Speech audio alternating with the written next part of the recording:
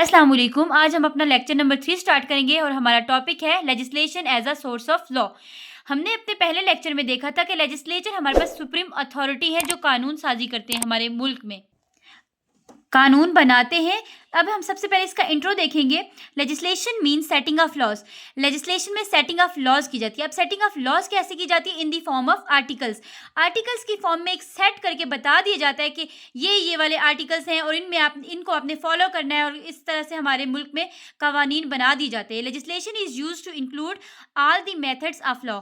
इसमें तमाम लॉज के मेथड जो है इंक्लूड कर दी जाते हैं, जो हम जुडिशरी की बुक में स्टडी करते हैं। अब हम इसमें देखेंगे कि हमारे पास लेजिस्लेशन में कैसे कैसे हम लॉ बनाते हैं। हम लेजिस्लेशन में इनेक्ट करते हैं, स्टैट्यूट करते हैं और रिटन लॉज इसमें फॉलो करवाते हैं। और उसके बाद हम यहाँ पे देखेंगे कि लेजिस्लेशन का मीनिंग क्या है। To exercise the power and function of making laws and other rule binding on those for whom they are made. यहाँ पे ये कहा जा रहा है कि लेजिस्लेशन में हम क्या करते हैं? कानून साजी करते हैं। और कानून साजी किसके लिए करते हैं? हम कानून साजी पर्टिकुलर सोसाइटी या फिर किसी भी स्टेट के लिए करते हैं, उसमें ह्यूमन बिहेवियर को रेगुलेट करने के लिए। हम ये कानून साजी किसके लिए करते हैं? ह्यूमंस के लिए करते हैं, और ह्यूमन पे ही इसको बाइंड करते हैं।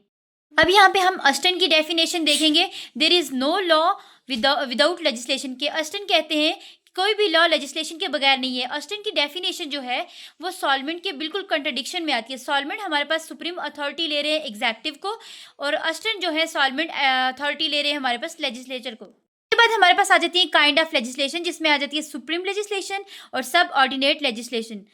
पता कि लेजिस्लेशन जो है हमारे पास वो कानून साजी करती है, हमारे सुप्रीम अथॉरिटी है।